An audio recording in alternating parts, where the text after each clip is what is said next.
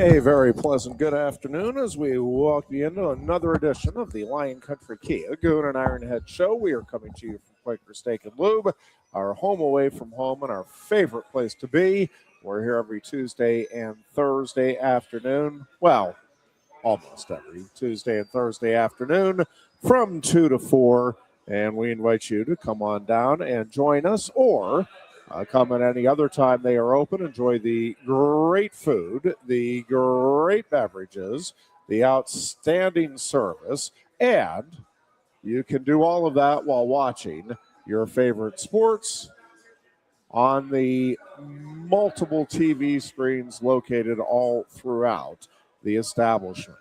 It is a Thursday afternoon, so we gear up for the weekend and all that comes with it, including the Coaches versus Cancer Golf Tournament, which will get underway tomorrow with the golfing, and this evening with a reception over at Medler Field at Lebrano Park.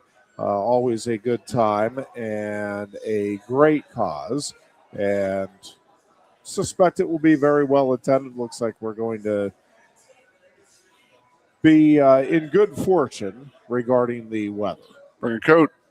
It's going to get chilly tonight when that sun goes down. So, yeah, it's the easiest thing to say about the Coaches versus Cancer is that cancer has affected everybody you know. Everybody has a cancer story, and that's the truth.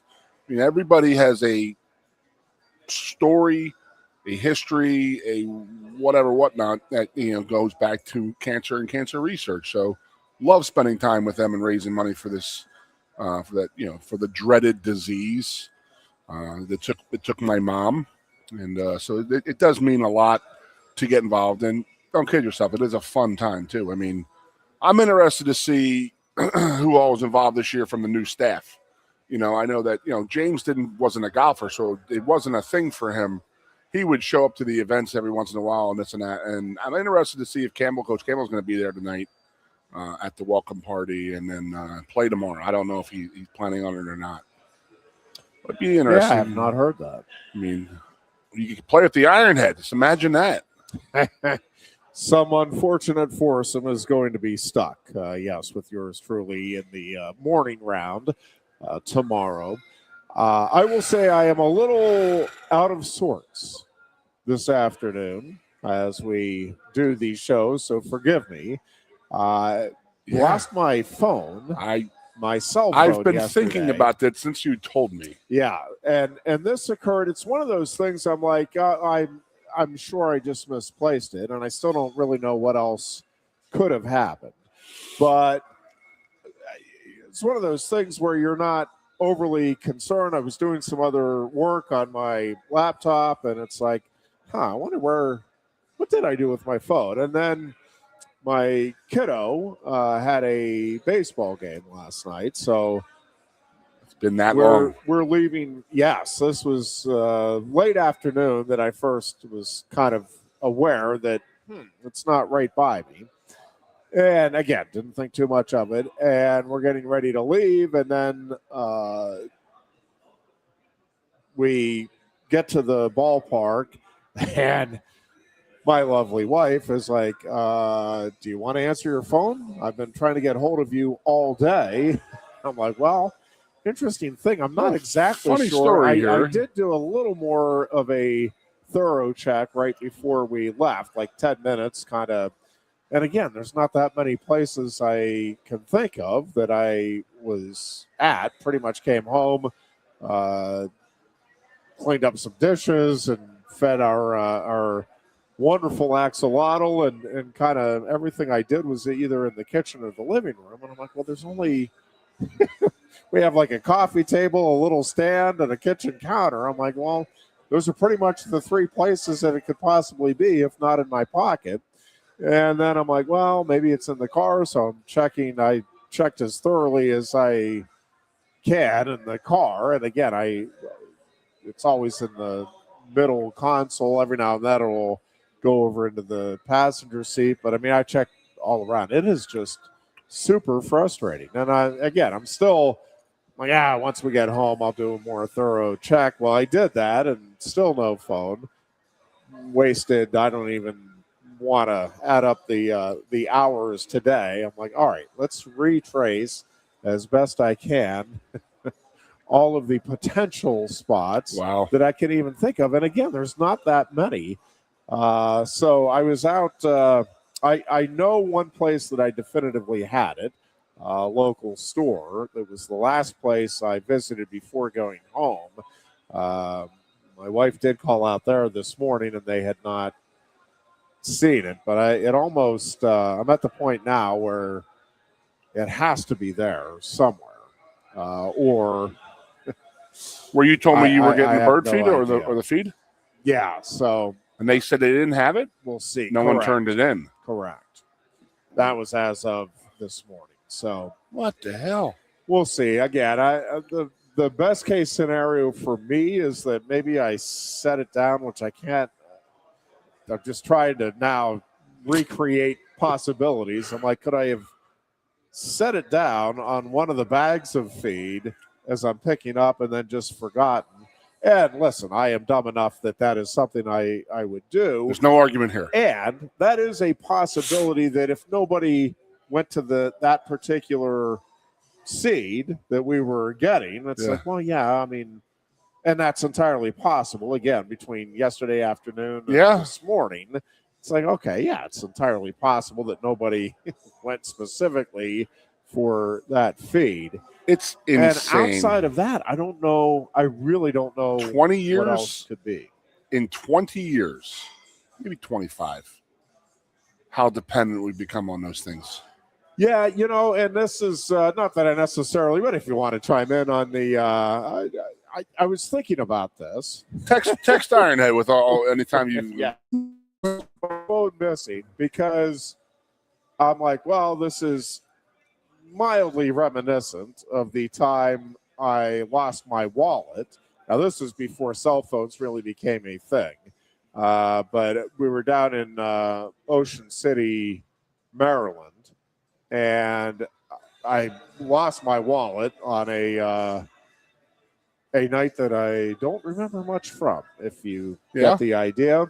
And I'm like, I have no idea. Again, we went to 3 or 4 different bars. We were out on the beach. So, I mean, we went and retraced the steps as best we could, checked with the bars and all of that. And we were leaving.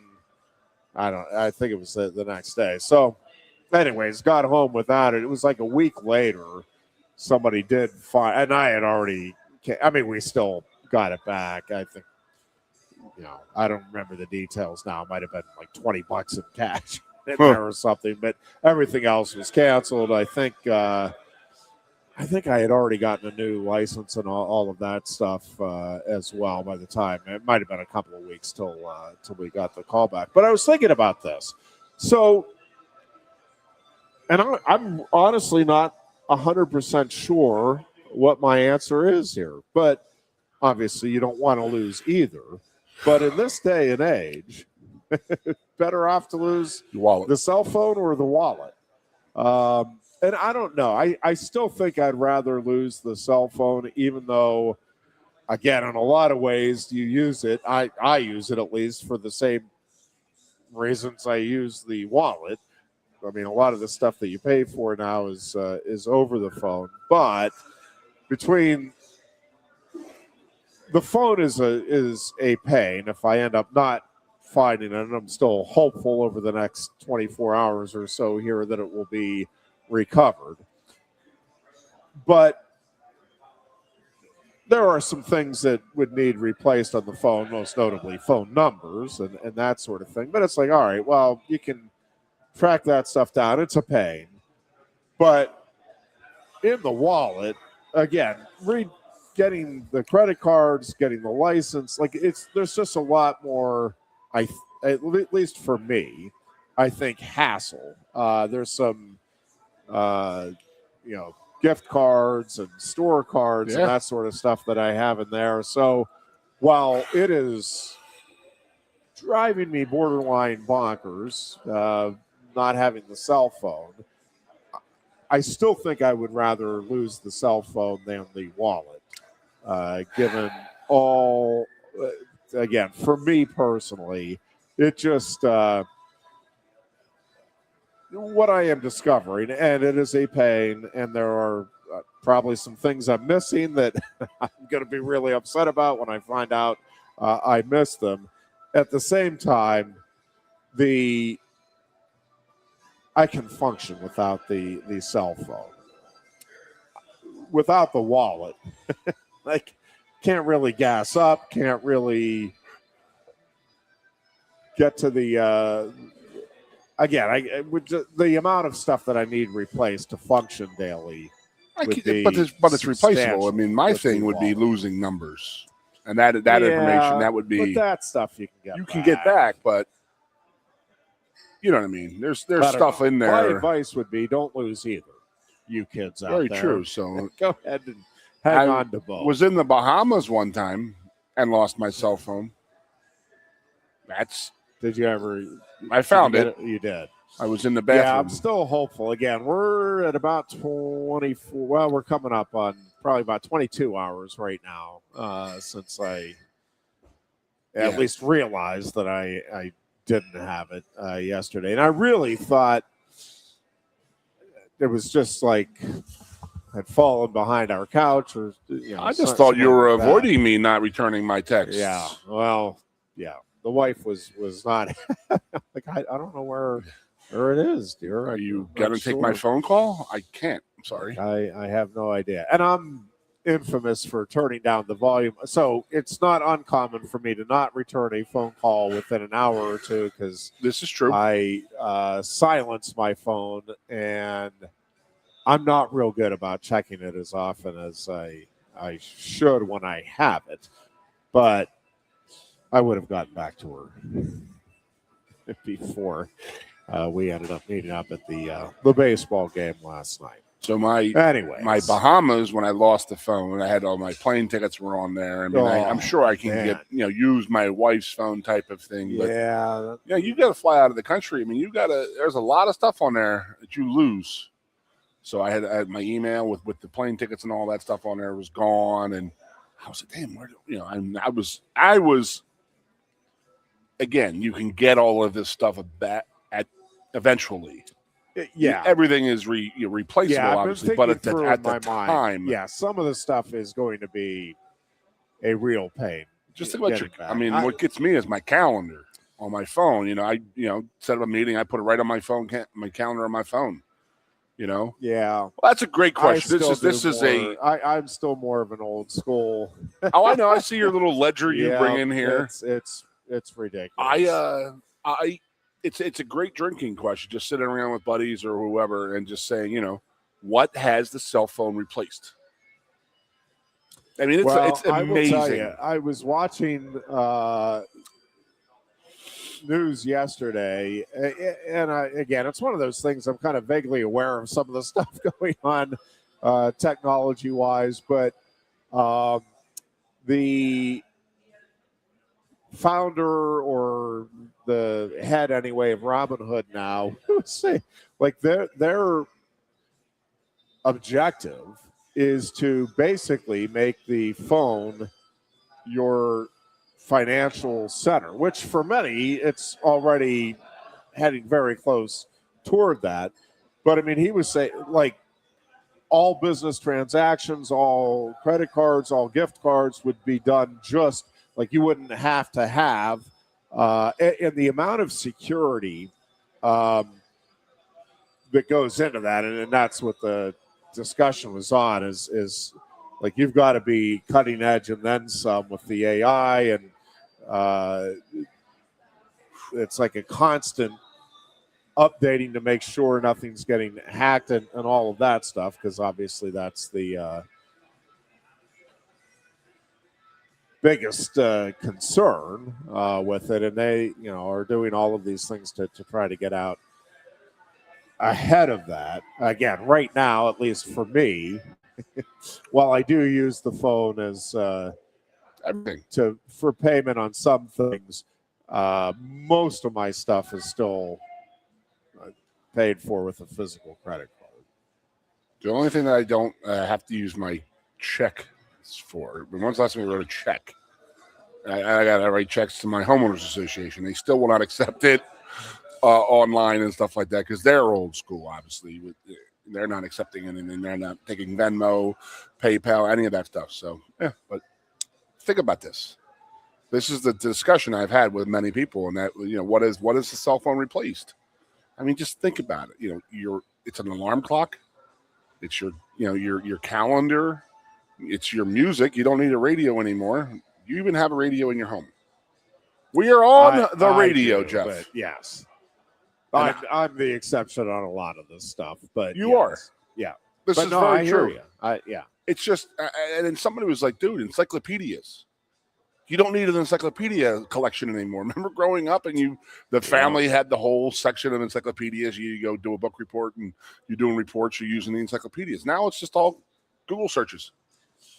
It's just insane how much we rely on the cell phone. And then when you lose it, you don't realize how much you are affected by it until you don't have it. Well, and the AI stuff is going to be another whole level of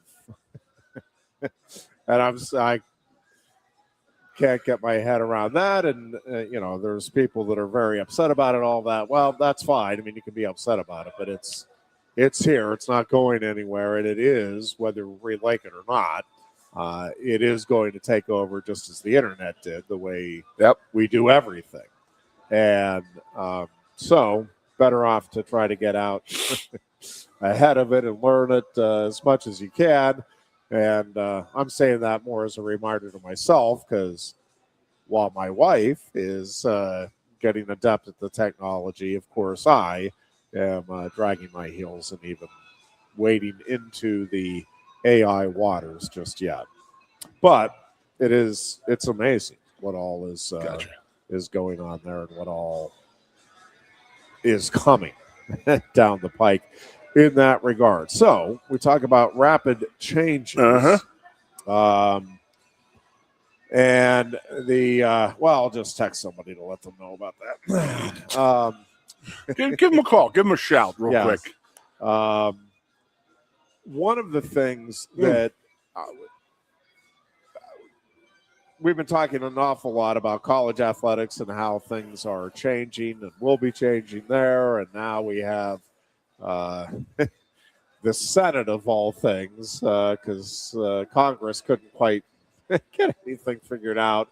So we now have the Senate trying to figure out a bill. Why do they have to overhype all of the names with the bills at the federal level? But it's the Save College Sports Act, which again is probably overstating a bit, but a lot of discussion about it. And again, I'm not sure. I just don't know enough about the legality of it. If it actually were to pass and you get some of these things in place, I'm still not sure if ultimately challenged, how many of them would hold up constitutionally. And again, maybe they all would. But a few of the things that they are kicking around, and it's a lot of the stuff that the NCAA has been kicking around. Sure. Which, why not just have a governing organization that takes control on this because stuff? they can be sued. And the NCAA, the PIAA, both just can't get out of their own way. Unable to figure this out for themselves. So we end up, in this case, getting the Senate involved. And again, lots of different elements to it. One of the things is, again, the hard and fast, but not really hard and fast, 5 years of eligibility. Clock starts at age 19 or when you graduate high school, whichever occurs first. And then, but again, within that, there are still some exemptions, such as military service. If you go on a religious mission, and then the big pregnancy one, was one of them. I think there's a couple of other things that are being kicked around as possibilities. What would be the first thing you'd change, Jeffrey? Primary three. Well, there's a couple of things I want to explore as we go down the pike with this. And one is going to sound preposterous, and maybe for the time being is preposterous, but down the road, I am wondering if we get to the point where, again, this isn't college sports per se. It is maybe university-related sports. Some would argue we're already there, Skippy, need to catch up. But, I mean, right now it is like the kiddos are coming out. They're reaching an agreement with the schools and the coaching staffs, which is the coaching staff is another one that's in there as one of the rules that the Senate is considering, which is that a coach can't go from one team to another during the competitive playing season. So you could not have a Lane Kiffin situation occurring in the future if these rules were to go into effect. That is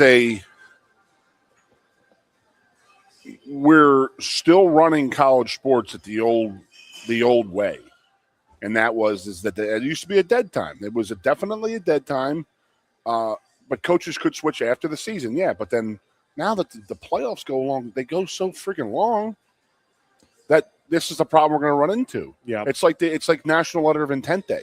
Like, when is that? It's like ever changing because guys are coming in earlier. They're graduating high school earlier. When does the recruiting period start? I mean, football is now a month and a half longer, or 30 days longer than 25 days longer than it used to be.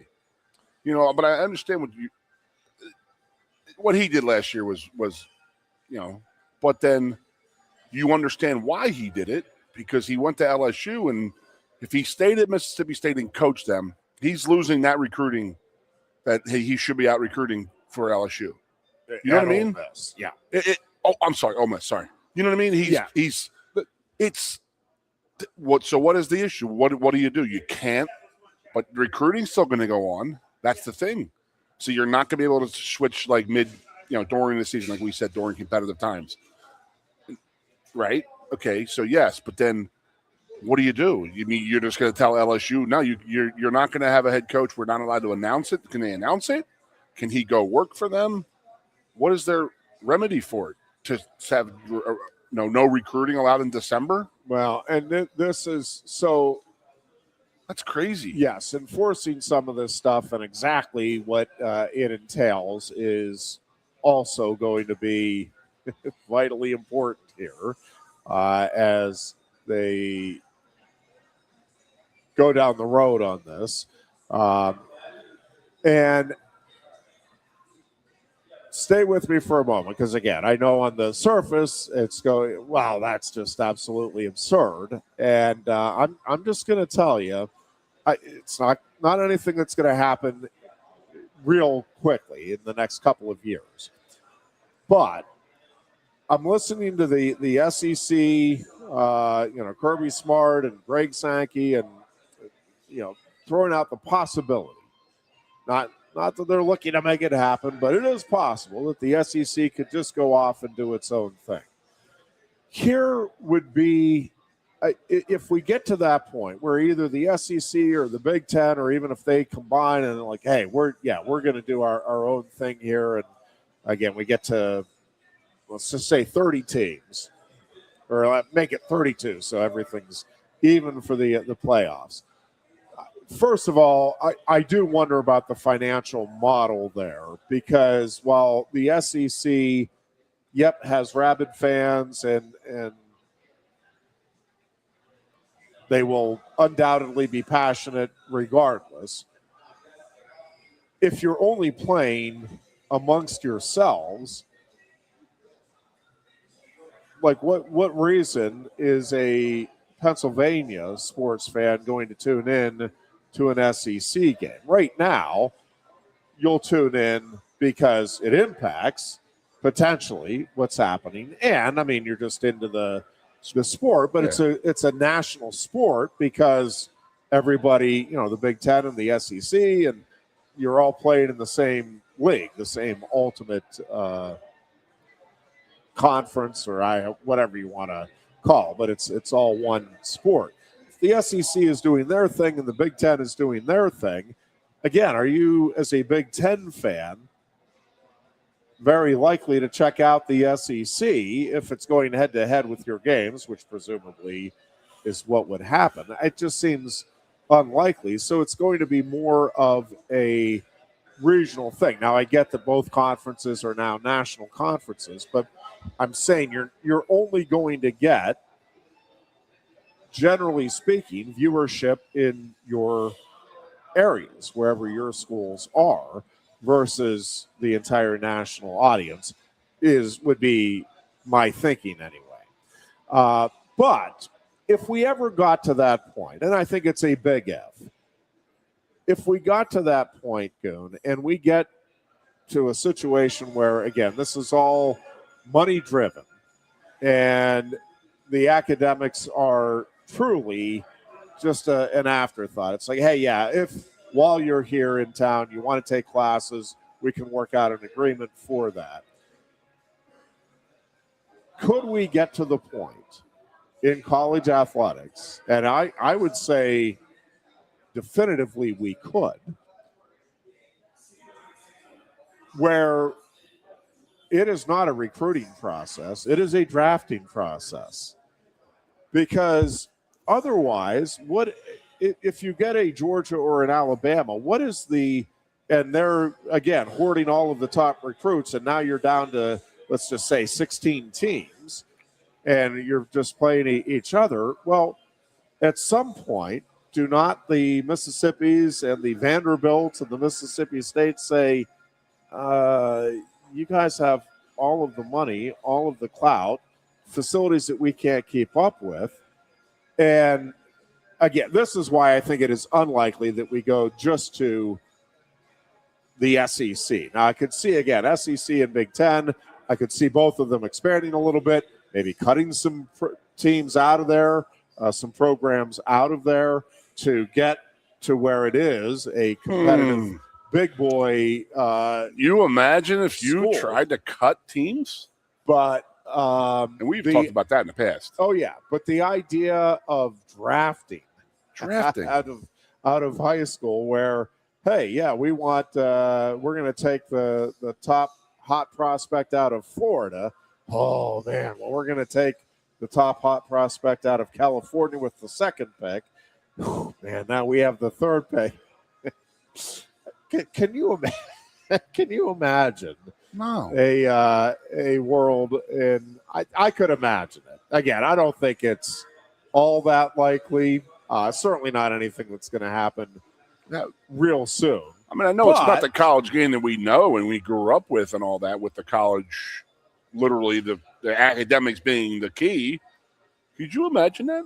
A draft was saying, hey, you're going to Temple. And listen, somewhere down the road, could we get a joining at the hip between what we now know of as NCAA schools and the NFL, and the NFL, dictates that, just like, minor league baseball or minor league hockey and all of those things. And again, there's still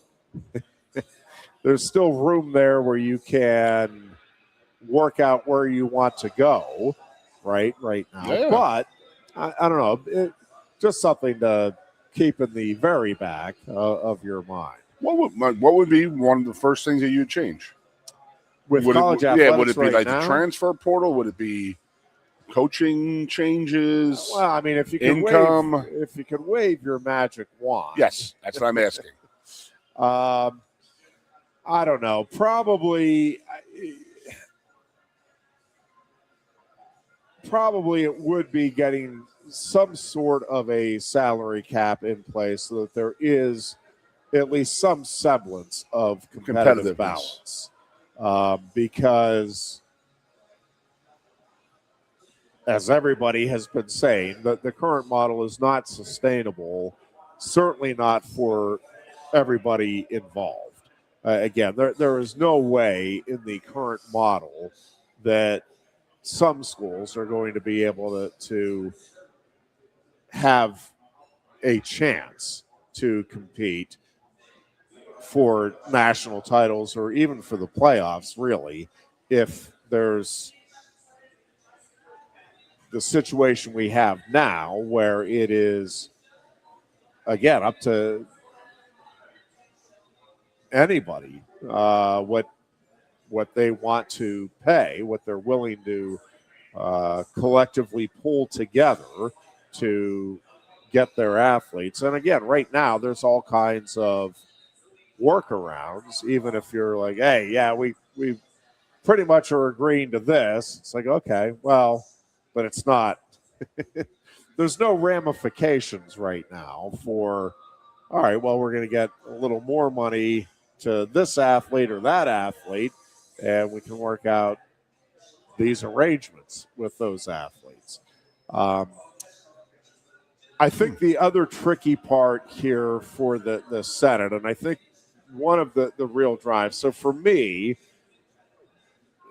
again, if I was in charge and could wave the magic wand, it would be making sure that at least some of the money does still get spread around to the other non-revenue sports, Olympic sports, whatever you want to call them, so that we keep some semblance of big-time college athletics outside of football and men's basketball. And I'm not exactly sure what that looks like. I'm not sure that I necessarily think that all of the programs that exist now need to continue to exist. But I do want big-time college athletics to continue in most, if not all, of the sports that currently have it. And again, big-time is relative. I mean, nobody in swimming and diving will tell you that they're under an illusion that they're in the same ballpark as football or basketball. But it's big-time in that they're getting revenue, they're getting scholarships, they're getting opportunities to get their schooling paid for and to compete against other high-end athletes. And that's, again, across the board in those other Olympic or non-revenue Do you sports. take that into account, the scholarships and then the travel budgets that are funded by the big dogs? Yeah, I mean, right now, that's I think that's the biggest. Well, I shouldn't say it is one of the biggest challenges right now. I think what they are focused on at the moment, they being the Senate and those that run college athletics, I think the salary cap is up there, but I think they are wanting to get more of a handle on both kids and coaches leaving That's schools. And so that's the easiest thing I think that you could fix portal. is the transfer portal is the easiest to fix. That is just a fail swoop. Yeah, I don't know about that. What, being an easy fix? Yes. Well, you get one get out of jail free card. Like I've said forever. You got one chance to go and transfer. Okay, you made a mistake, you're homesick, your girlfriend's pregnant, your mom is ill, something, you can transfer, bad decision, And then the next time, if you go to transfer again, you have to sit out a year. I mean, I think that unless there's circumstances. Well, and if your that's coach leaves, be the issue. If the head coach leaves and your coordinator or the person recruit, I mean, I guess you could probably and this is the thing list of 10 things and guys will be find one of them and try to hammer. But but I think the fact that guys can go to 5 schools in 5 years just infuriates me, like to no end, infuriates me. I don't know if you looked on your cell phone today or anything today, Jeff, but I have not checked it recently. There was a picture on Facebook. The kid who left Penn State, Chaz Coleman, I believe his name is. Yeah. To go to Tennessee. Yeah. he put pictures online of him holding a stack of money.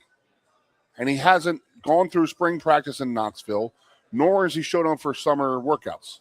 There's been all kinds of, and they're not thrilled with him at the moment. He got a $3.5 million, and then he hasn't even shown up there. He's already pissed the team off, in my opinion. Oh, yeah, and there's no question. Then he puts a picture online of him holding cash.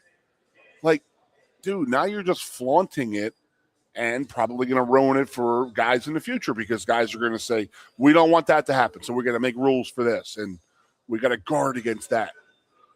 I don't understand. I mean, there must be some other circumstances going on in that world, but no. So go back to, I know you want a break, so we can get back. We'll talk about, I mean, the portal. I mean, how easy is it to change it? How is it fixable? How can we, like, again, if we had a magic wand, what would you fix first? Yes, I would do the salary cap.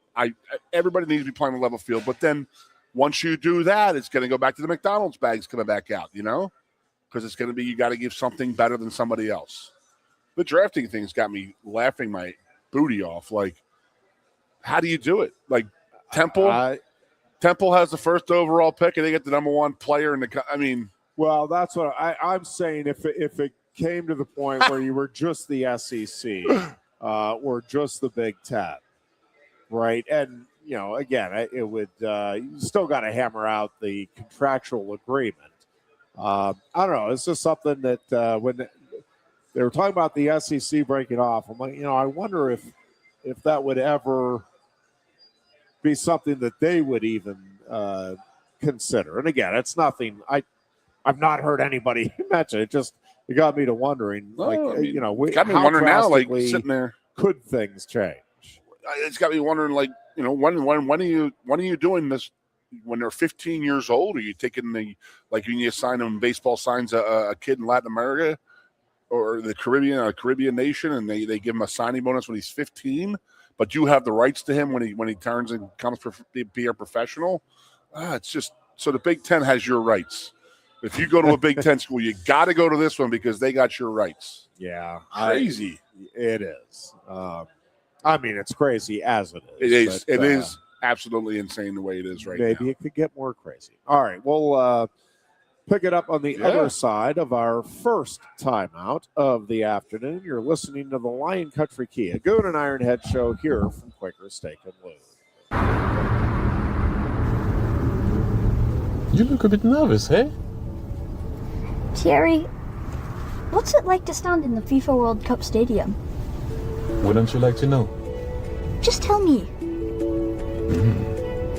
Come on. It's not something that you can put into words. Such a tease. You can't rush it. You will find out when it's your time. Thanks for the wisdom, coach. So, how much longer? Now go and make history, my man. Here's the World Cup you've been waiting for. Actually, the World Cup's been waiting for me. That's the spirit. Just remember who drove you here. Inspiring every step of the next legend. The official matchball carrier, proudly sponsored by Kia. Inspiration connects us all.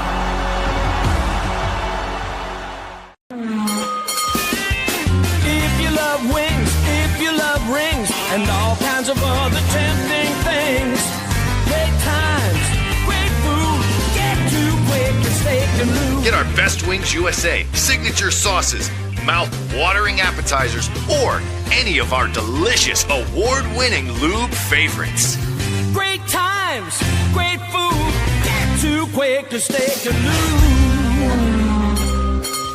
I'm the Modelo Recruiter, and I'm looking for fans with good hands and great speed. The ones who stay focused and never miss a play. They go the distance on game day, even when their team is away. I'm always watching, always looking to reward more full-time fans. Because football isn't really football without you. Lusk & Associates Sotheby's International Realty proudly presents the introduction of our new State College office at 314 South Borough Street in State College. At Sotheby's International Realty, we advertise locally, nationally, and internationally, bringing the best of advertising and promotion to each and every one of our properties, big or small. Call now. A lot has changed about State College. One thing that hasn't is W.C. Clark's Coffee Roasters on 234 East Calder Way. 30 different varieties of specialty coffee beans sourced from over 25 countries and roasted with love each morning in Happy Valley for over 45 years. They'll ship their fresh roasted coffee from their doorstep to yours. Order online at statecollegecoffee.com. That's statecollegecoffee.com. Hi, welcome to Timberland Federal Credit Union, a financial cooperative for its members, tracing all the way back to 1973. Experience Timberland Federal Credit Union, where you're greeted with a smile and financial solutions are tailored to your unique life journey. Here, we're not just financial professionals, we're your neighbors, people invested in your financial needs, literacy, and empowerment. Your dreams matter to us, whether they're about buying a home, growing a nest egg, or embarking on new adventures. TFCU draws from the past and invests in the future, offering modern tools like online banking to give you the freedom to manage your money practically anytime.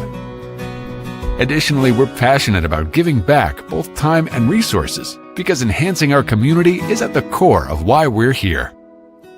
Visit TFCU in person or online to learn more about our services and apply for a membership today.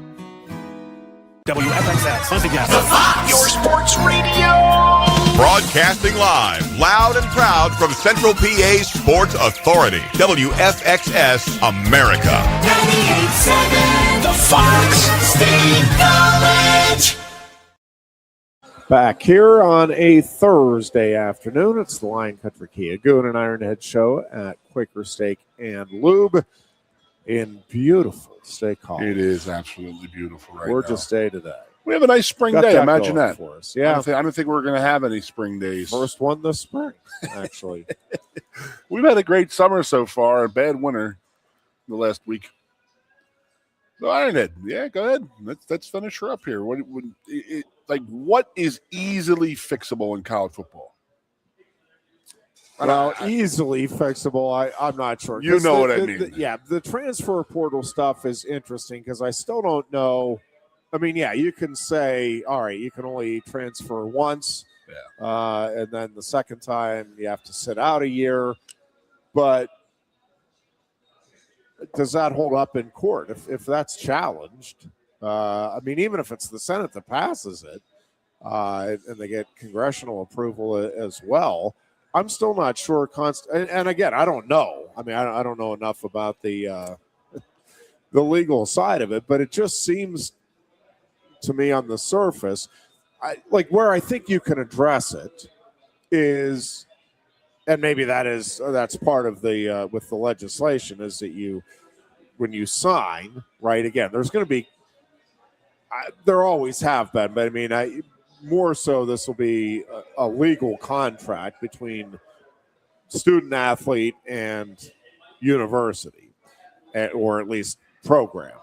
And within that, right, you can write, hey, if you leave, you need to pay us back X amount of money or whatever parameters you want to put in.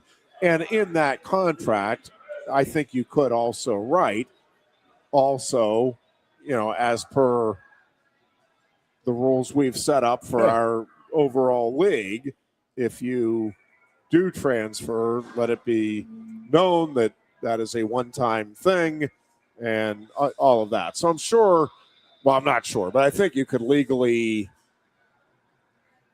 write that into the contracts, and so that players would have a more difficult time anyway challenging it. What I think is where it's going to be tricky is, like right now, if you're not an athlete, let's say you're, I don't know, a blue band member, well, you can transfer to 5 different schools as it is and play for 5 different college bands and not have any ramifications for it. And I think that's where, again, in particular, if you have, I transferred once because it turns out I didn't like the coach. Right. I thought he was this type of coach, and he ended up being that type of coach. And then you get to the second school, and the coordinator that you really hit it off with, and that was going to be your system, leaves, and he gets promoted to be a head coach. Well, now I want to follow him and go to the other school. Oh, yeah. Or, there's also, there's all in this environment in particular, like, it's not that crazy of a hypothetical that, hey, I went to this school in part because it had a great, law program, pre-law program. Whoops. The university just decided it's dropping its pre-law program because the economics aren't working for that. Probably wouldn't be pre-law, but you understand. The major that you went there for could be discontinued at a given university. Well, look at the PSAC. And the other part of it is, again, if you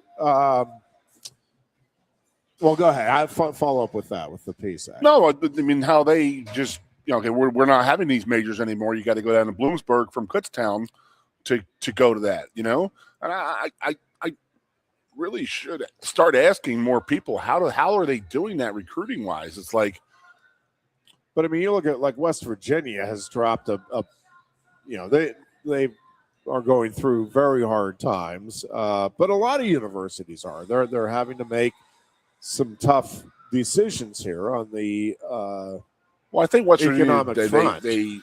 They were already using school tuition to fund athletics. So they were already broke to begin. They were already not broke, but you know what I mean? They were already, Rutgers and West Virginia were the 2 big keys guys that I thought about. And instantly, we have not talked about in a long time, or the repayments to guys who have played since 2012. Remember that? Where they had they were going to get cuts of the NIL money. Has that happened? Yes. Where's that? It has? Yeah. Do we have a number of what guys got? Well, it was divvied up from I don't know what these back and neck surgeries really screwed me up, man. I'm missing like 8 months of my life here. I don't know what the exact numbers were, but yeah, that. So a guy who played from 2014 to 2018 got 4 or 5 years worth of checks, and it's already done, huh? I think I would have heard about that. I don't know if they have the money in tow yet, but yeah, that. They're not getting paid what the athletes today are getting paid, if that's what you're thinking. But I would love to know that number because. If I had my phone, I would look that up. I could get that for you, but yeah, it's again what they are trying to do, and I appreciate it. I really do, and I think it's. I think a lot of people are in favor of it because we do like simplicity. It's just that no matter how simple you try to make it, there's always going to be the exceptions. Just like, again, it's 5 years, it starts, it's when you graduate high school or at age 19, it's done in 5 years, period. Well, except, obviously military service. Oh, okay. Oh, and except for religious missions. Okay. And again, I'm okay with it. Don't misunderstand. I'm not arguing that there should not be any exceptions. My point is with all of this stuff, all right, well, transfer portal, it's just one time and then that's it. If you transfer a second time, you have to sit out a year. Well, what if, to use your scenario again, you transferred that one time and went to be with the, let's say your coach left and went to the other school, You followed him, all right, fantastic. But, now you're out in California, and lo and behold, your dad at home in Pennsylvania does have cancer now. Well, yes, Ironhead, we're going to make an exception there. And I think most of us would say, yes, we are. They will grant exceptions. This is the thing, though, that all right, well, where my dad's having back surgery and they need help around the house for the next year. Well, all right, I'm transferring home for the year because they need help, but then I want to transfer. Well, that'll be my third transfer. Are you allowed? Well, no. Once you transfer, my point is that it's just it's never going to be as simple as you think it is. It's not. And you say, nothing all right, is. well, there's going to be just a handful of exceptions. Well,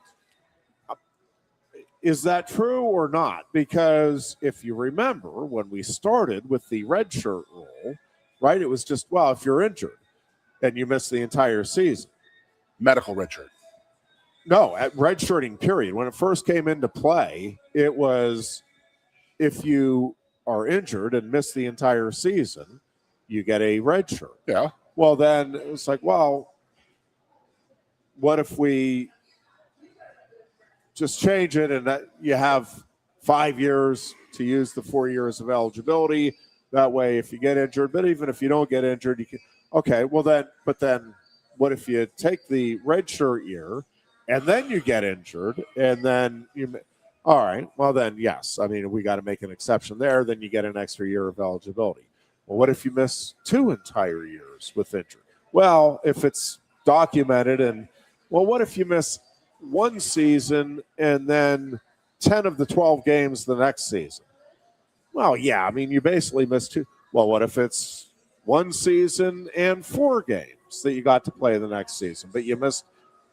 Well, that might be too.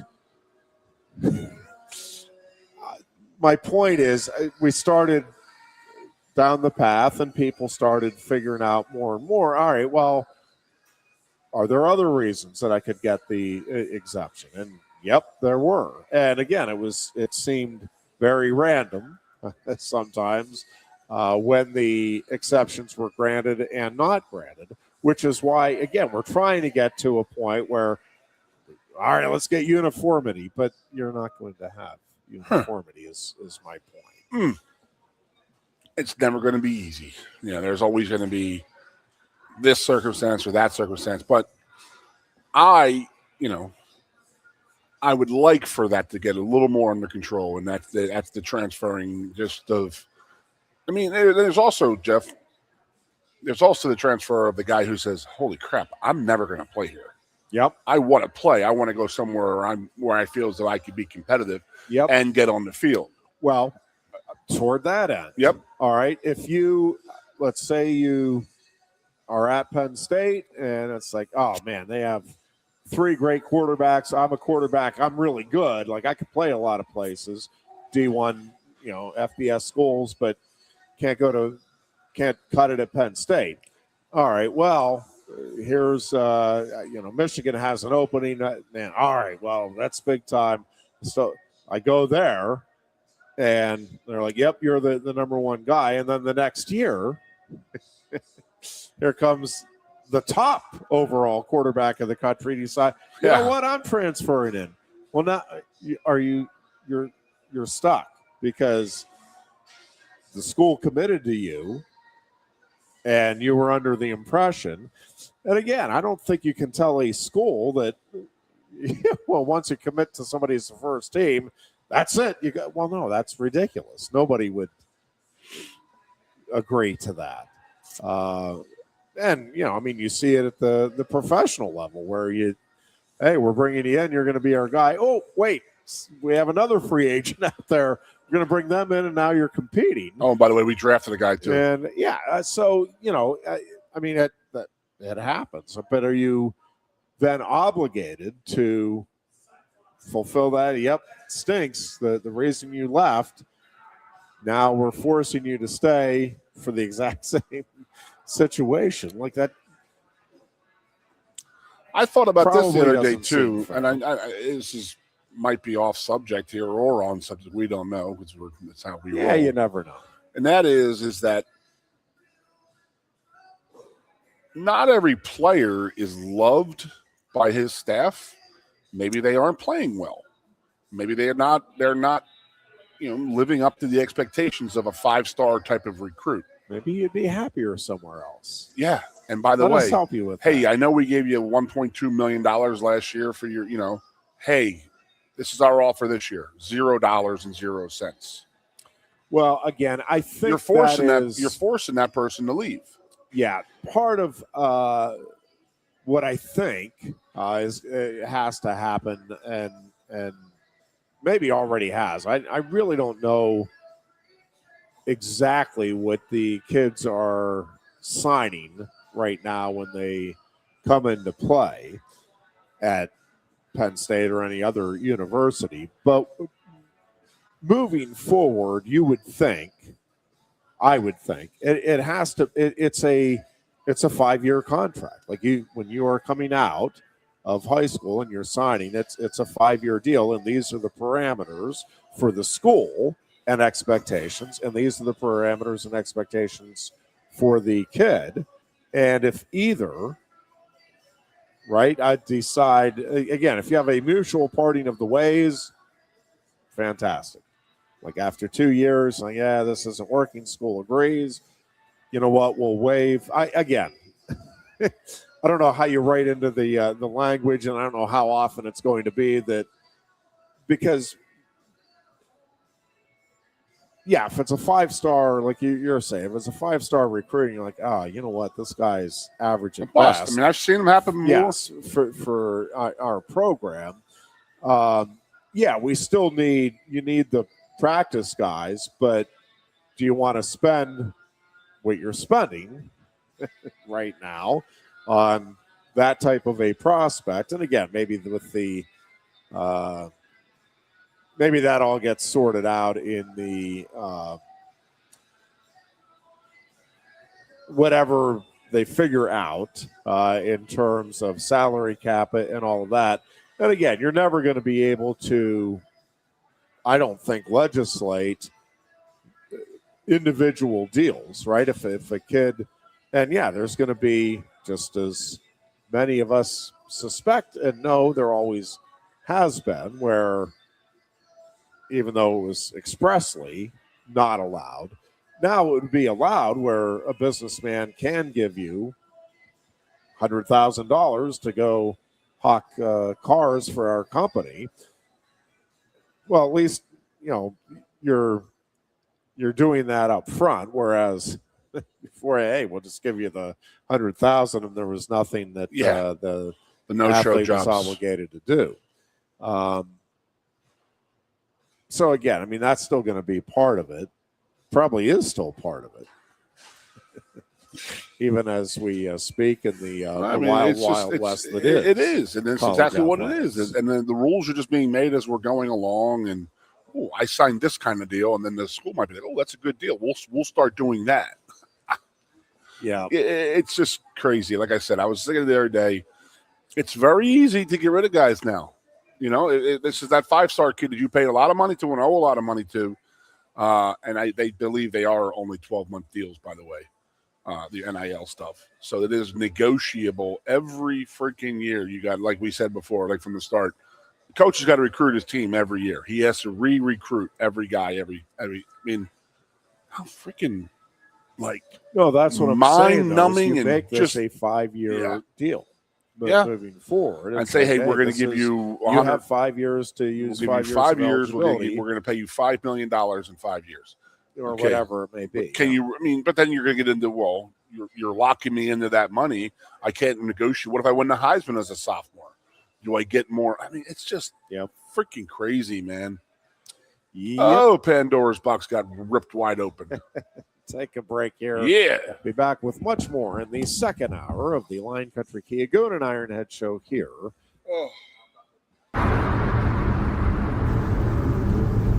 You look a bit nervous, eh? Thierry, what's it like to stand in the FIFA World Cup stadium? Wouldn't you like to know? Just tell me. Come on. It's not something that you can put into words. Such a tease. You can't rush it. You will find out when it's your time. Thanks for the wisdom, Coach. So, how much longer? Now go and make history, my man. Here's the World Cup you've been waiting for. Actually, the World Cup's been waiting for me. That's the spirit. Just remember who drove you here. Inspiring every step of the next legend. The official matchball carrier, proudly sponsored by Kia. Inspiration connects us all.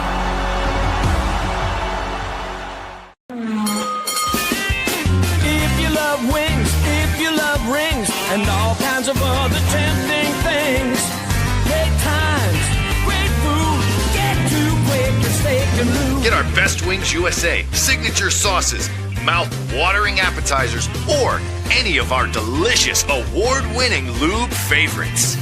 Great times, great food, get to Quaker Steak Lube.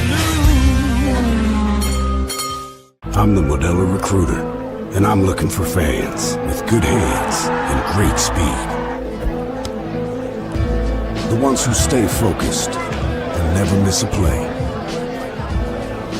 They go the distance on game day, even when their team is away. I'm always watching, always looking to reward more full-time fans. Because football isn't really football without you. Lusk & Associates Sotheby's International Realty proudly presents the introduction of our new State College office at 314 South Borough Street in State College.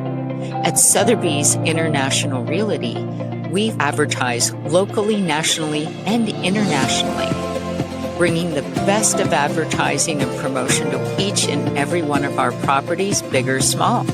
Call now. A lot has changed about State College. One thing that hasn't is W.C. Clark's Coffee Roasters on 234 East Calder Way. 30 different varieties of specialty coffee beans sourced from over 25 countries and roasted with love each morning in Happy Valley for over 45 years. They'll ship their fresh roasted coffee from their doorstep to yours. Order online at statecollegecoffee.com. That's statecollegecoffee.com. Hi, welcome to Timberland Federal Credit Union, a financial cooperative for its members, tracing all the way back to 1973. Experience Timberland Federal Credit Union, where you're greeted with a smile and financial solutions are tailored to your unique life journey. Here, we're not just financial professionals, we're your neighbors, people invested in your financial needs, literacy, and empowerment. Your dreams matter to us, whether they're about buying a home, growing a nest egg, or embarking on new adventures. TFCU draws from the past and invests in the future, offering modern tools like online banking to give you the freedom to manage your money practically anytime. Additionally, we're passionate about giving back both time and resources because enhancing our community is at the core of why we're here. Visit TFCU in person or online to learn more about our services and apply for a membership today. WFXS, once again, The Fox, your sports radio. Broadcasting live, loud and proud from Central PA's Sports Authority, WFXS America. 98.7, The Fox, State College. Back here at Quaker Steak and Lube, and we have the college softball playoffs continuing. We have the French Open continuing, so sports action galore. I think there's some afternoon baseball today as well. Beloved Buccos will look to take the series against the Chicago Cubs tonight. Paul Skeens will be on the mound for Pittsburgh. The Cubs snapping that 10-game losing skid with a win last night over the Pirates. Pirates have taken 2 of 3 so far in the series, and again, they'll wrap that up at 6:40 tonight at PNC Park. Skeens coming off a loss, buddy. Yeah, not a good loss either. It was a pretty bad one. Nice little stretch going for the Pirates until the last few innings of last night's game. Wow. Again, we're here at Quaker Steak Yep. and Lube, the All-American Summer. Did you know that America turns 250 years old? I did. Summer? Yep. The big 250. And as part of the celebration, the lube, or should I say the celebration, the lube is providing all kinds of all-American treats to celebrate, including, you read through here, we have the pretty Boom legit, Boom dude. Tenders, which is the original Top Gear tenders, hand-breaded to order, sauced in garlic and red chili Boom Boom sauce. Yes, sir. And served on a bed of shredded cabbage. Can't go wrong with that. They have the red, white, and blue bacon burger. That's pretty self-explanatory. The Just had that an hour and a half ago. Beautiful. Smash Burger Dog, the Junkyard Dog, and the Route 66 Dog. That might be up my. It is definitely. I am a hot dog connoisseur when it comes to one word. And that's Nathan's. Yes, it's the only these hot are dog I all- will eat, and it's all Nathan's hot dogs on there. Yes, the half-pound Nathan's. Oh, it was all good. I had that dogs. last week. I had a hot dog with the Did you do the crushed onion rings and then a barbecue sauce on top. Fantastic. All right, so that was the Junkyard Dog. Correct. And then there's another the Route burger. 66 Dog sounds pretty intriguing too. It's a smoky bratwurst, chili cheddar, jack and onion, and crispy tortilla strips tossed with a drizzle of chipotle mayo. Can't really go wrong here. Nobody. Just No, looking no, at sir. this menu. So Oh. add that to the long list. We're gonna celebrate of reasons you need to get down to the lube here this summer. They have some pretty delicious beverages, as it turns out, as well, to help the big celebration. 250 years. It's amazing that I remember growing up and in my dad's his bar room downstairs that we had. He had a flag that it said it had the name Conlin and it said a bicentennial family, and that was from 1976. Yep, I'm old enough that I remember the bicentennial celebration. I do not. And what I didn't know, 7-year-old me thought we just did a bicentennial every year. I'm like, oh, this is cool. And then This the is next awesome. year, I'm like, well, this doesn't seem as much. Why are we not celebrating the bicentennial? When's the bicentennial? It's not a bicentennial now. It was a It's bicentennial of 201. 1777. So, yeah. So, anyways, that is the And I love the big doings here this summer. That's good, man. Obviously Philadelphia is going to be the ground zero, for lack of a better word, of the bicentennial. What would they call it? The bicentennial plus 50, or is there a word for 250 that, you know what I mean? The semi-quincentennial. Yes. I'll just say the 250 then. Yeah. But it's based out of Philadelphia and a lot of stuff going on down there this summer that would be very interested in.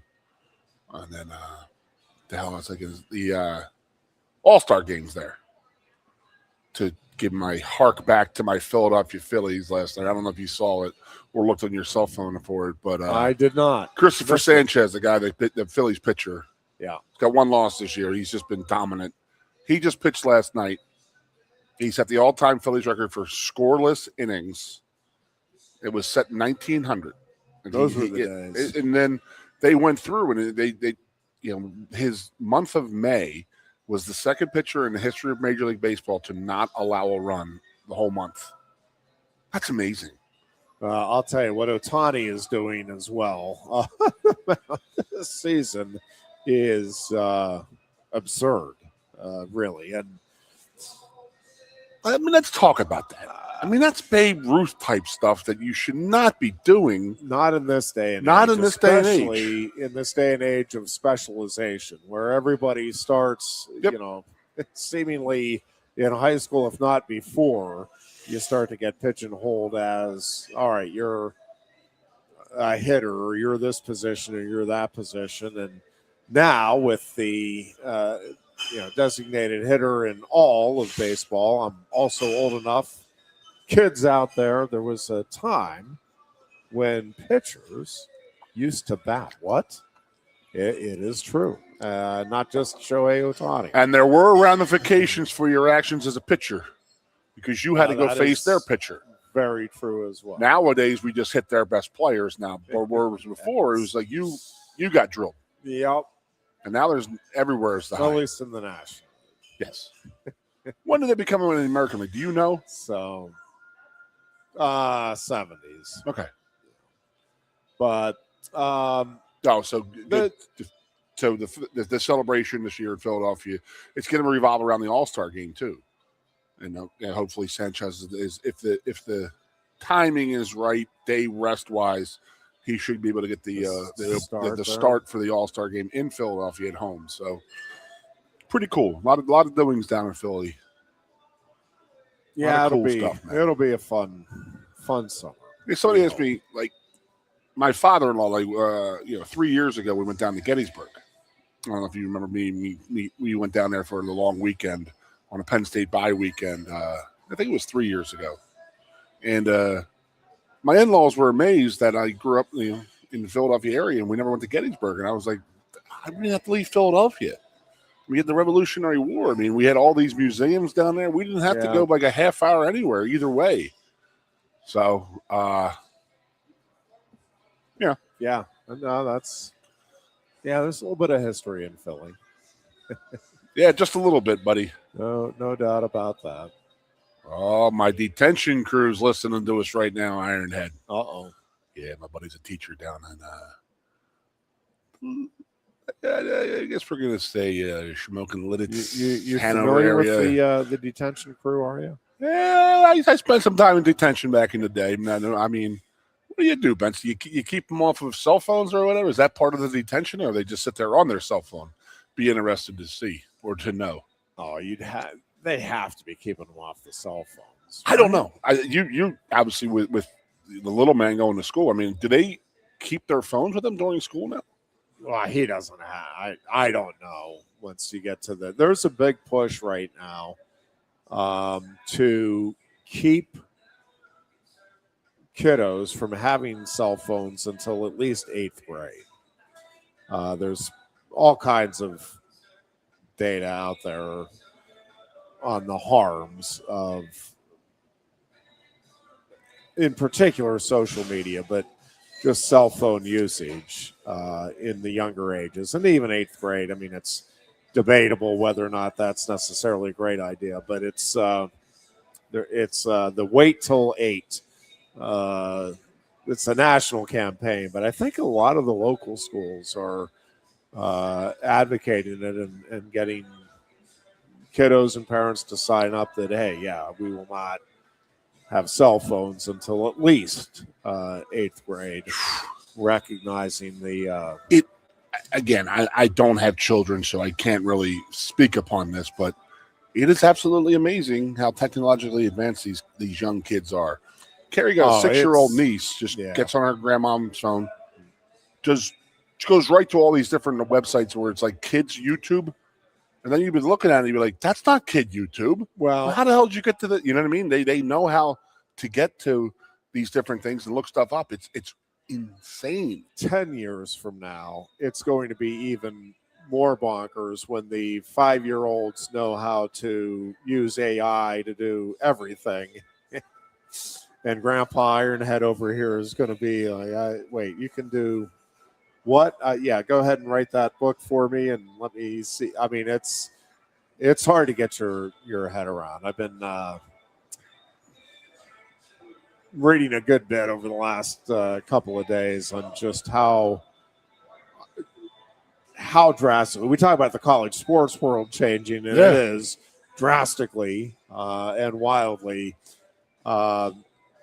not even close to as much as society is changing and will be changing over the really over just the next couple of years even, but certainly over the next decade. It is there's some crazy stuff out there, man. Yep, get my Have you looked at ever done a Chat GPT?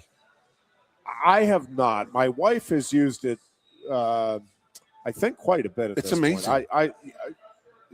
It just her telling me some of the stuff she's done, and even like she's shown me what she's done and what she has asked it to do and what she's put in, and then shown me, all right, this is what it produced, and I'm like, that is impressive and also a little scary. Yes, it is. Like, it's a little nuts. Yep. That you can give a couple of tidbits and then get in perfect A lot order. of bits. Now, I will say there's some stuff that obviously they're still working to perfect, and you're reading through and it's like, well, that isn't quite right. But as they continue to get this stuff figured out, again, it's just hard to get your head around. And when you think about, we're just all over the place today. Yes, we are. I was just thinking if that. you think about the fact they are projecting, government officials and scientists are projecting that we are going to have some colonization on the moon in pretty short order here within the next decade. I don't know that we're necessarily going to have people living, like just taking up residence on the moon, but we're going to have astronauts spending a good deal of time up there and exploring and doing different things. That is pretty much agreed upon now, that is at least going to be occurring. And this is when we talk about how quickly things change, and I get it, 100 years is a long lifetime for us. But if you go back 120 years,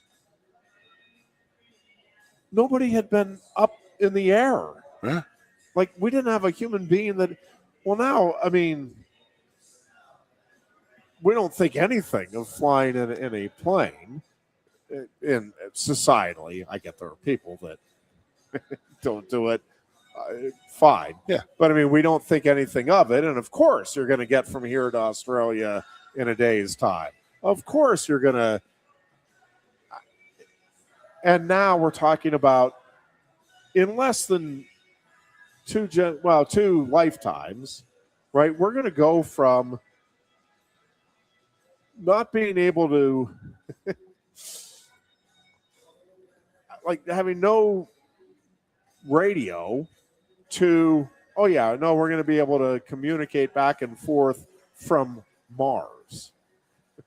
Yeah, we're 100 video years. and audio components. Like, it, I don't know. It is. We're 100 years out from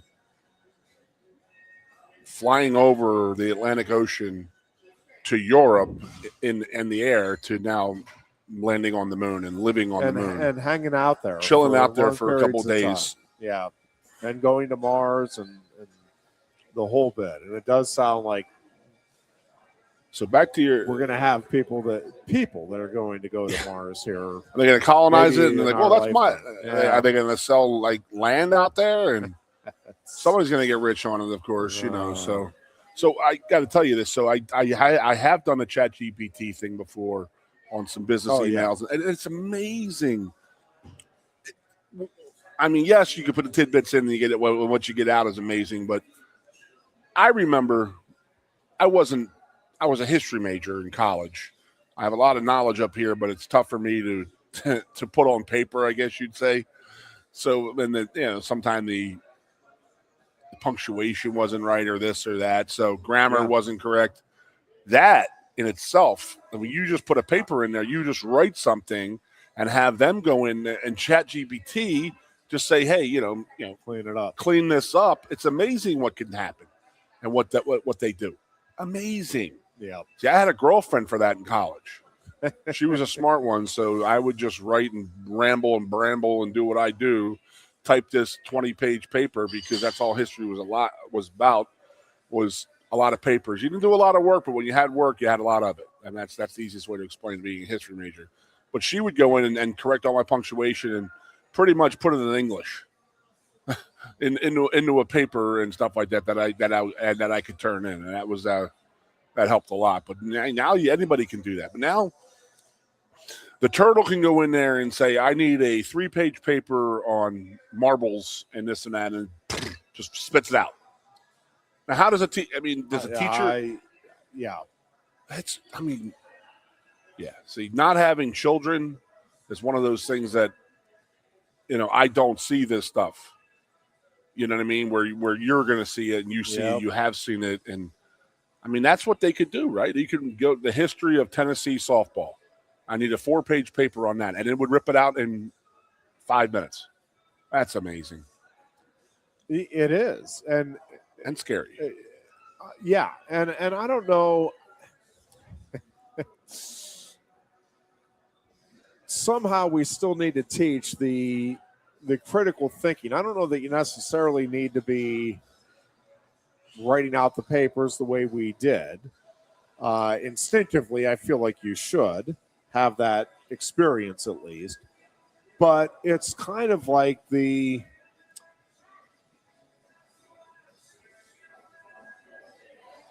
long division that we did. Well, that I did when I was a kid. Yeah. And we had the calculator, but now, I mean, it does seem, again, I think it is important just for the thought process and to get your brain working that way. But the reality is you're never going to need to know how to do the long division. Yeah, you're never going to have to learn how to do it because you can plug the numbers into the computer and get all of the results instantaneously and be more accurate than the most careful of us could be, right? Like so I don't know. It is now you still need people that are programming all of this stuff, and I mean there's all kinds of new opportunities that come with this, but man, it is such a wildly different world and will continue to change even more quickly than I think we could possibly comprehend. That's amazing. And listen, that's going to be in the sports world as well. And it's not just we're talking a lot, obviously, about NIL and transfer portal stuff, but even the technology, I mean, it already is crazy with the sports world. But just like you're saying, with like if you are a new coach and you're coming up, it's you go to Chat GPT or whatever, and it's like, all right, I need the perfect practice schedule for us to be at our optimum on Saturday afternoon for a noon kickoff. When should we be practicing? What should we be eating during the week? I mean, you can spit all of this stuff in and get out. All right, well, yeah, this is to be optimal. You should practice this day at this time for this amount of time. And, again, I don't know how refined we are just yet, but, or just break down this videotape. What is the greatest strength or weakness of this particular football play, the way it's being run by this team and this film when you're breaking down other teams? Like it's wild to think about. We're living the Terminator and we're allowing it to happen. Yeah, and I mean there's still the human element, at least for the time being, right? But the human element is the person writing into asking the question. But I mean the technology is going to outpace what I think we as sports fans or sports media or even coaches and athletes can keep up with in terms of, all right, well, this seems like that's basically cheating. That's going too far. Okay. I mean, you try to figure out, even just with when you look at the technology of like golf equipment, and there's guys out there that'll tell this is not, and obviously there's regulations on what like golf balls you can use. There are golf balls out there that the everyday hacker can use and go further than the pro. It's not a legal golf ball on the PGA Tour and all of that, but like that happens, so you can get at least the experience or the feel of it, if not legitimately, quote unquote, legitimately. And again, the degree to which all of this stuff now needs to be enforced and checked on and all of that. It is. We are literally just full of hypothetical questions today. Is what we're doing right now. Well, what sport do you think has changed in the most? Because golf's got to be up there. Yeah, golf is up there. Baseball's probably up there just in terms of rules changes. No, I'm just talking in like say technology.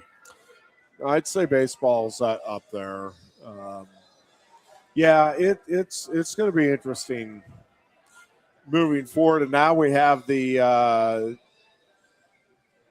having sporting events where what were the games called that happened last week with yes, you can use steroids. You can be that they're like, it was I'm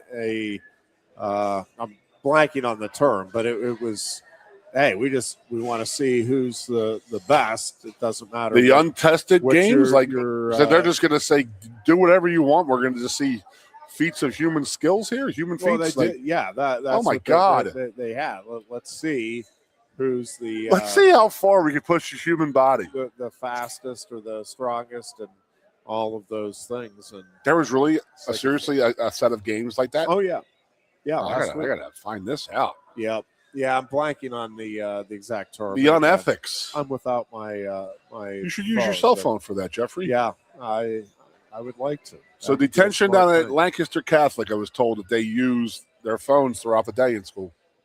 Kids have them. Crazy to think about, man. Schools are prohibiting the use of, but they're going to ban it. It'll be probably banned next year, within the next year or two. Yeah, I mean, but what do you do? I mean, when I was in high school, you were in high school. Remember, the big thing was having a calculator, and the teacher would say, like, you really sparked me with that long division thing. And that is that the teacher would say to you, like, you need to do the work. You need to learn how to do this. Why? Yeah, just show them why. And that's, my kiddo has to. Nowadays, it's like, remember the multiplication tables? Does the turtle know them? No, right? Do they teach those things still? They do. He does really. Yeah, he does pretty well. But he likes that 24 game. He loves playing that, and I don't know what the hell that even is. A tournament. It's like a math. Is it educational? Very educational. Oh, no wonder I don't know about it. Take a break here and be back with a final segment on our Thursday edition. It's the Line Country Kia Goon and Ironhead Show. You look a bit nervous, eh? Thierry, what's it like to stand in the FIFA World Cup stadium? Wouldn't you like to know? Just tell me. Come on. It's not something that you can put into words. Such a tease. You can't rush it. You will find out when it's your time. Thanks for the wisdom, Coach. So, how much longer? Now go and make history, my man. Here's the World Cup you've been waiting for. Actually, the World Cup's been waiting for me. That's the spirit. Just remember who drove you here. Inspiring every step of the next legend. The official matchball carrier, proudly sponsored by Kia. Inspiration connects us all.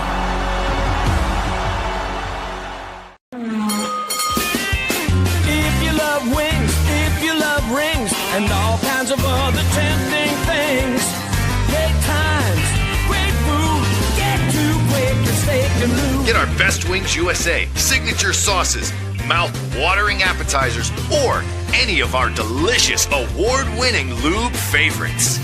Great times, great food, get to Quaker Steak Lube. I'm the Modelo Recruiter, and I'm looking for fans with good hands and great speed. The ones who stay focused and never miss a play. They go the distance on game day, even when their team is away. I'm I'm always watching, always looking to reward more full-time fans. Because football isn't really football without you. Lusk & Associates Sotheby's International Realty proudly presents the introduction of our new State College office at 314 South Borough Street in State College. At Sotheby's International Realty, we advertise locally, nationally, and internationally, bringing the best of advertising and promotion to each and every one of our properties, big or small. Call now. A lot has changed about State College. One thing that hasn't is W.C. Clark's Coffee Roasters on 234 East Calder Way. 30 different varieties of specialty coffee beans sourced from over 25 countries and roasted with love each morning in Happy Valley for over 45 years. They'll ship their fresh roasted coffee from their doorstep to yours. Order online at statecollegecoffee.com. That's statecollegecoffee.com.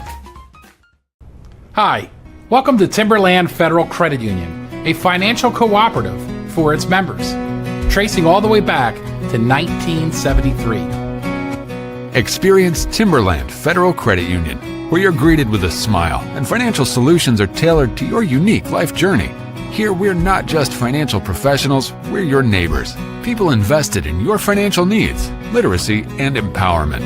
Your dreams matter to us, whether they're about buying a home, growing a nest egg, or embarking on new adventures. TFCU draws from the past and invests in the future, offering modern tools like online banking to give you the freedom to manage your money practically anytime. Additionally, we're passionate about giving back both time and resources because enhancing our community is at the core of why we're here. Visit TFCU in person or online to learn more about our services and apply for a membership today. WFXS, once again, The Fox, your sports radio. Broadcasting live, loud and proud from Central PA's Sports Authority, WFXS America. 98.7, The Fox, State College. Back here on a Thursday afternoon for a final segment of the Lion Country Kia Goon and Ironhead show. Again, we are at Quaker Steak and Lube. Great place to come on down and watch your favorite sports teams and enjoy some great food, great beverages, and the best service you will find in the area. Just a great vibe down here. Good word. Good word, Jeffrey. And, man, I'm telling you, the menu, even without the $2.50 celebration, is phenomenal. There is something here for everybody. Of course, they're world famous for their wings, and the wings are absolutely outstanding. But, boy, do they have a lot of other great options. You know, that first thing you said in the celebration, it's a lube-bration, Yeah. 250, were the chicken tenders. Yeah. Absolutely best in town. I That is a fresh piece of chicken breast that they slice in the back right then, bread it and fry it right then and here. It's not a frozen, they're not good. It's fresh. And you can tell that. It's very, very good. I still say the best chicken tender in town. I'm with you. The wings are perfect because you got to find your perfect sauce. Yep. And the best time to try the sauces is the buffet because they have them all out there. Yep. Every Tuesday, starting at 4 o'clock, you can check that out as well. Absolutely, brother. So College World Series for softball and baseball are starting in the next couple of days here. Yeah. I learned something new today. Yeah. The Texas Tech game that was on earlier, I don't know who they were playing, but they got to 8-0 after 5 innings and the game just ended. There's an 8-run rule. I didn't know that. I'm not normally watching college softball, so, but I had no idea that it was a thing. So you learned something new today, Jeffrey. Yes, indeed. On Hypothetical Thursday. See what happens when you lose your cell phone.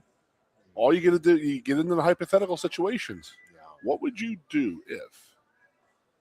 So, I'm still stuck on this. What do you think the first thing to change in college sports. I mean, it's crazy to think about what's going on right now. You know, how different the world is. We're talking about flying a plane in less than 100 or 100 some years ago to living on the moon here in a couple of years. So, I mean, what has changed so much just in the past 5 years with the portal and the NIL? How much has this changed football, changed college sports in general? Like, insane. Like, can it withstand? I mean, I don't think the way it is right now, and I really, really do think they got to get to the point where, I mean, I just go back to who is negotiating for these kids.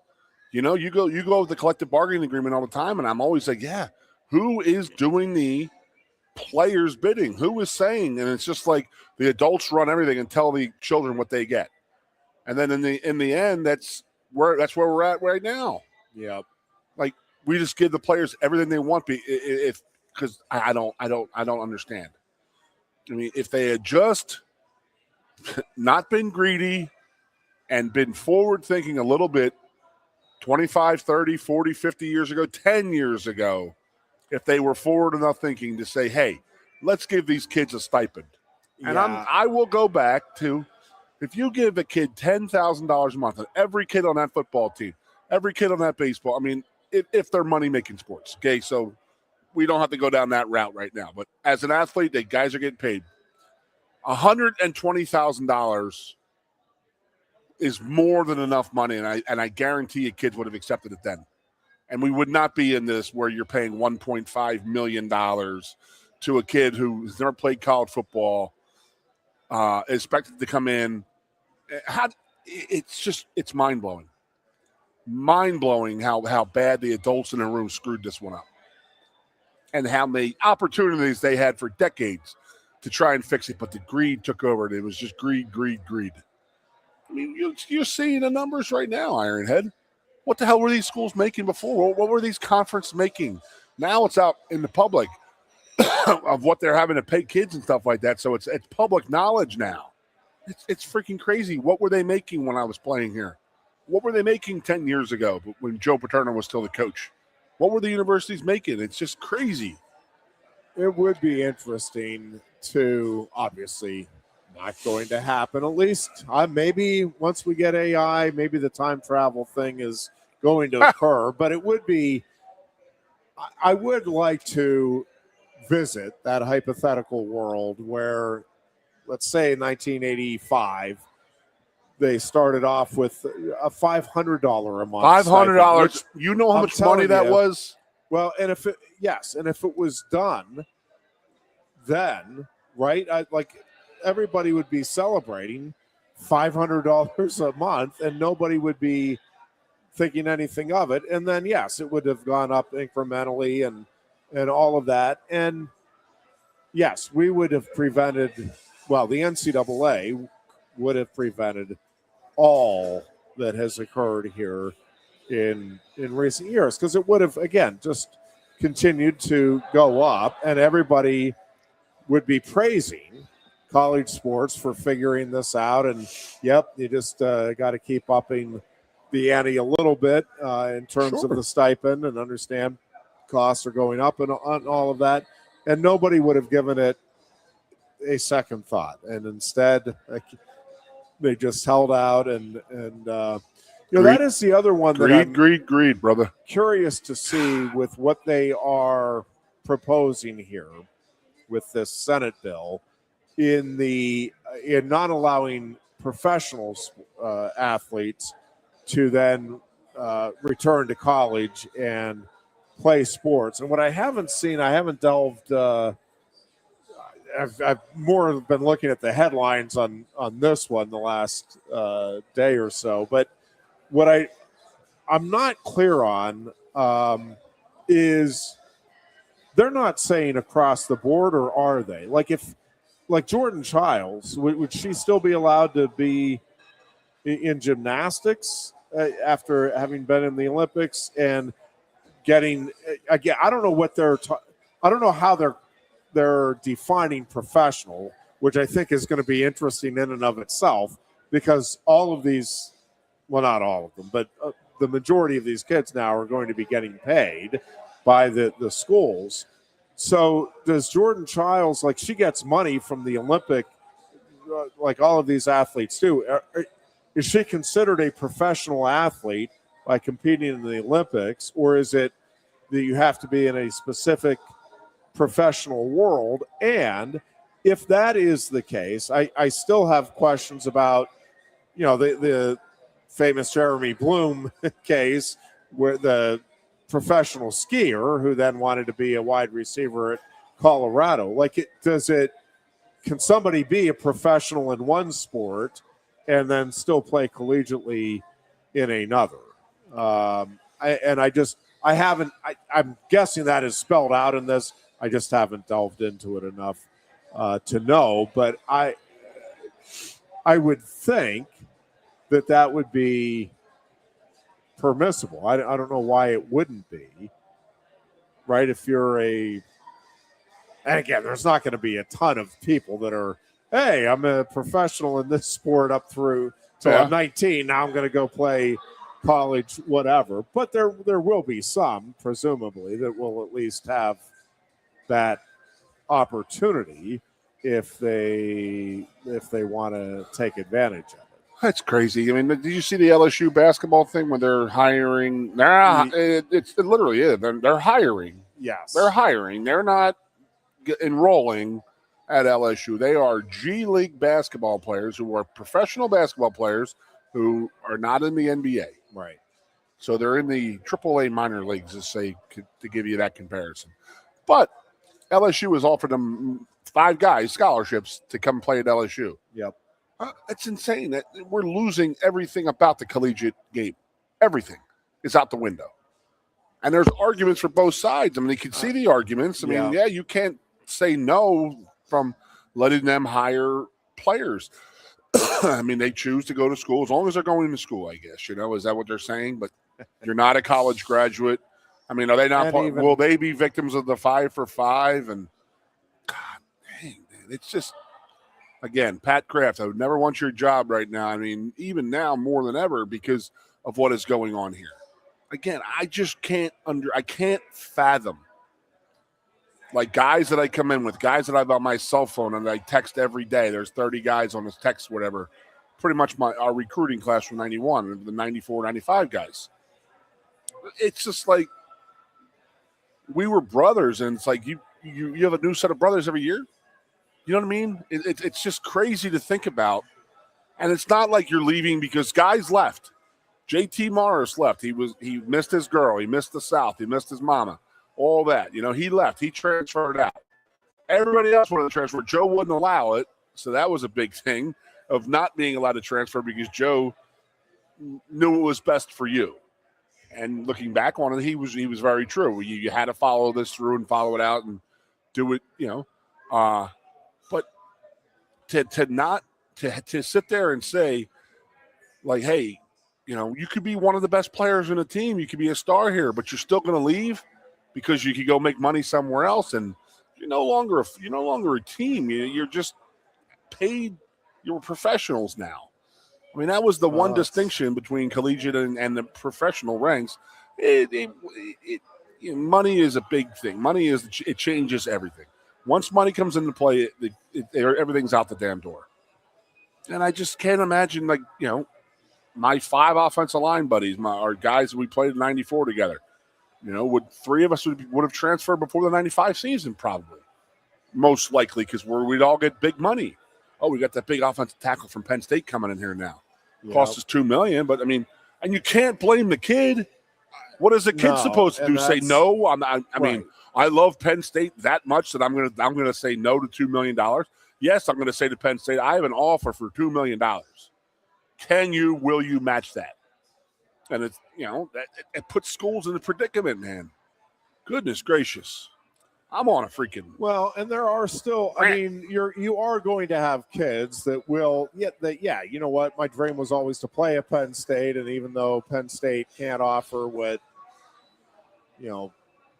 Syracuse is offering or whatever it is, or, have decided I'm not worth what another school is paying.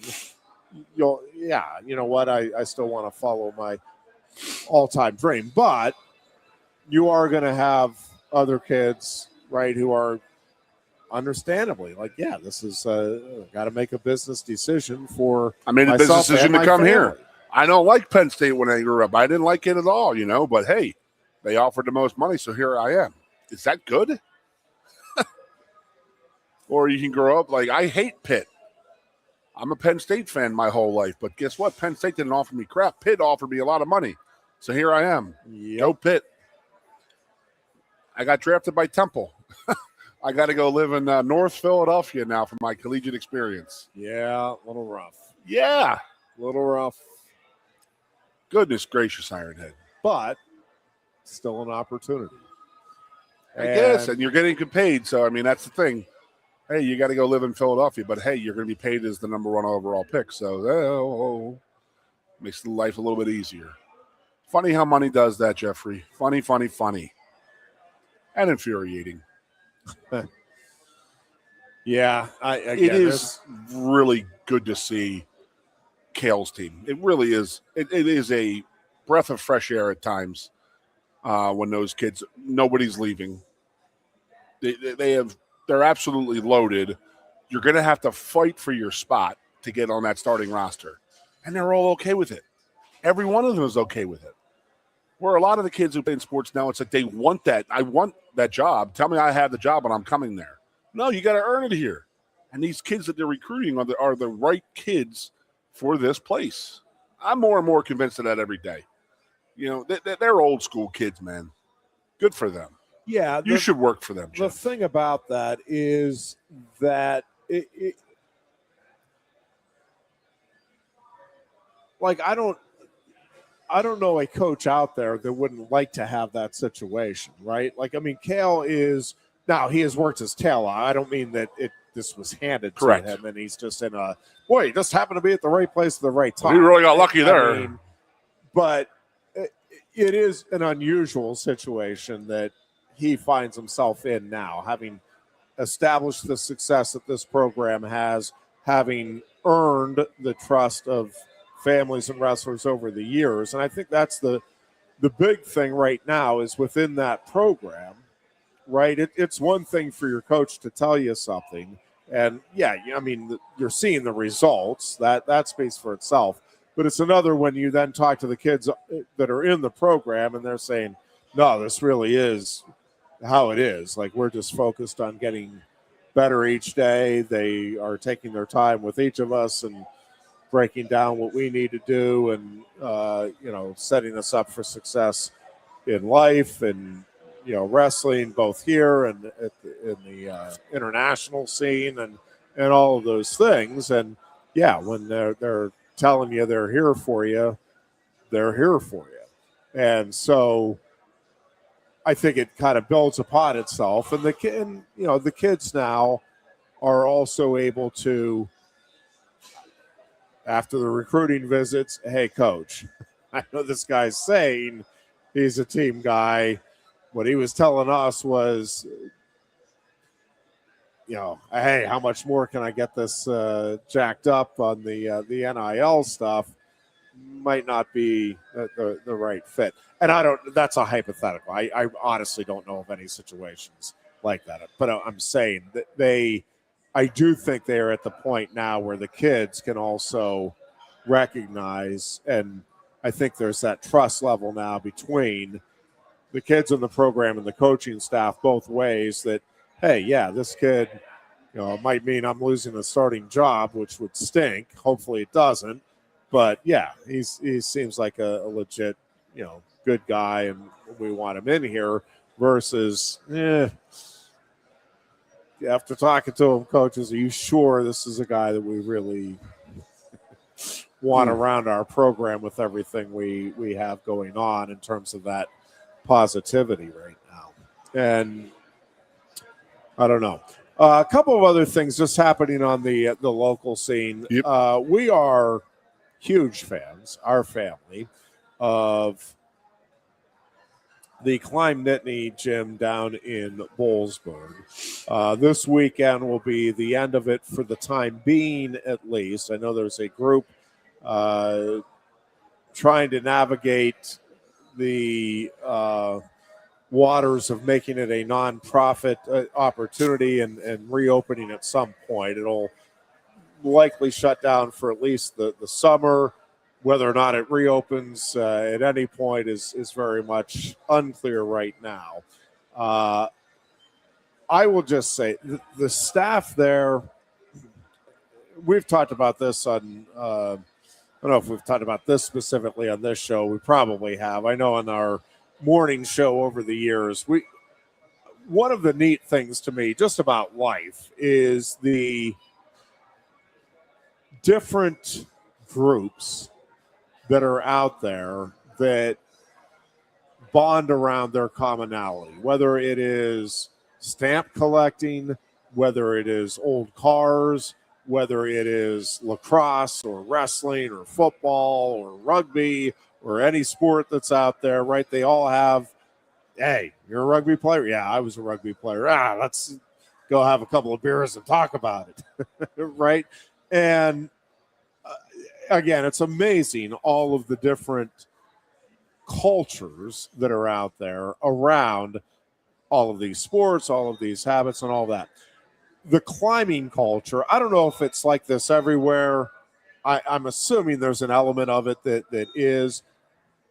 It is just the most remarkably supportive group of individuals I've ever been around or seen. And again, it's top to bottom, age-wise, all that stuff. Yep, peripherally.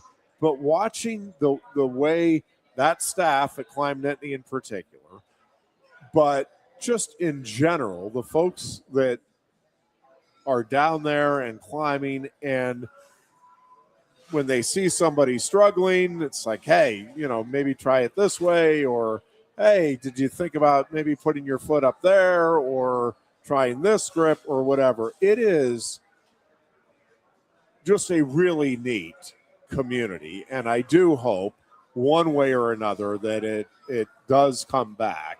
It has been great for our kiddo, for his confidence and for his feeling like he belongs, and that's important, obviously, for all of us, but especially in the young age groups, to have that place where you are really comfortable just being yourself and trying to pursue goals, whether you are able to achieve them or not. It's trying to set those goals and work toward achieving them is a big deal, and they just are amazing at it. So I am hoping that it's not truly goodbye, that it's just, hey, we'll see you later. When the final, they're having an event on Sunday, I guess, kind of a farewell. Father-son climbing competitions? We're not going to see the Ironhead up on the wall? Not here, you're not.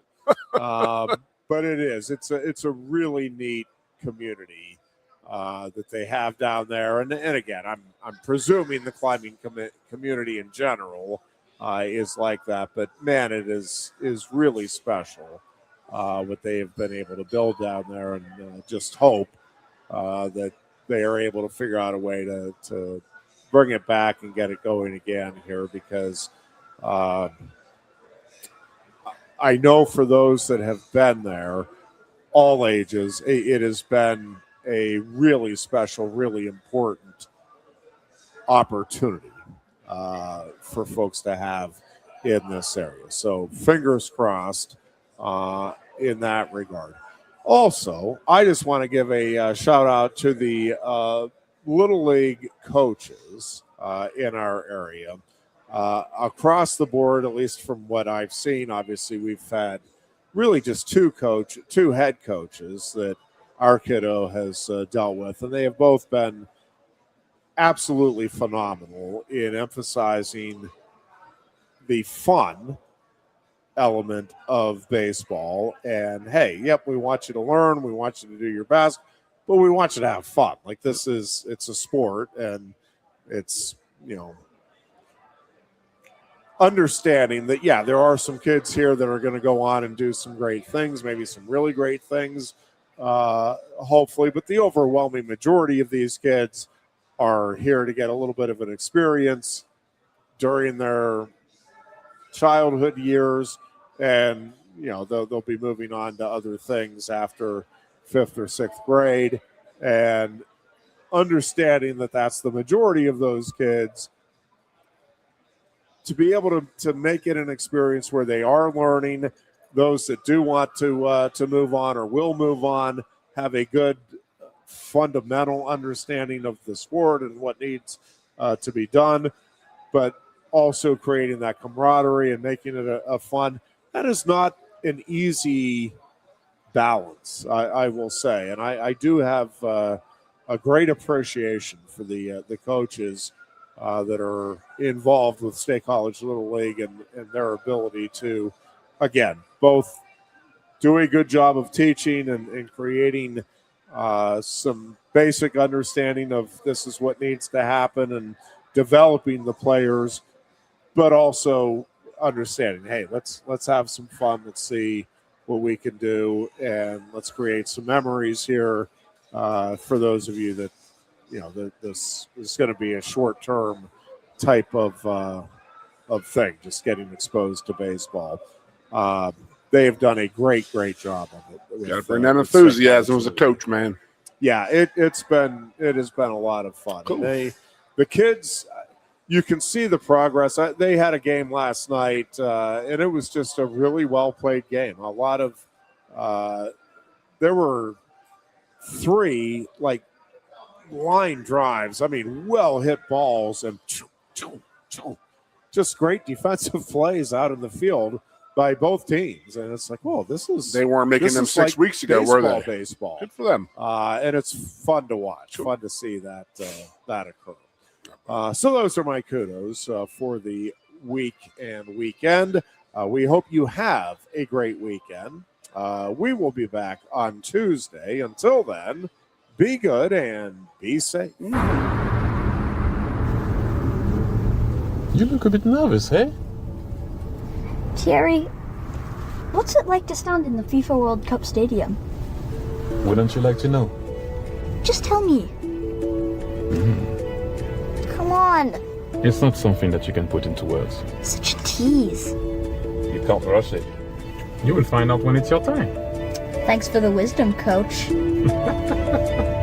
So, how much longer? Now go and make history, my man.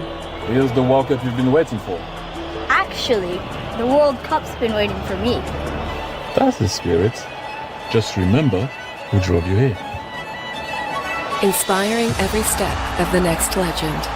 The official matchball carrier, proudly sponsored by Kia. Inspiration connects us all.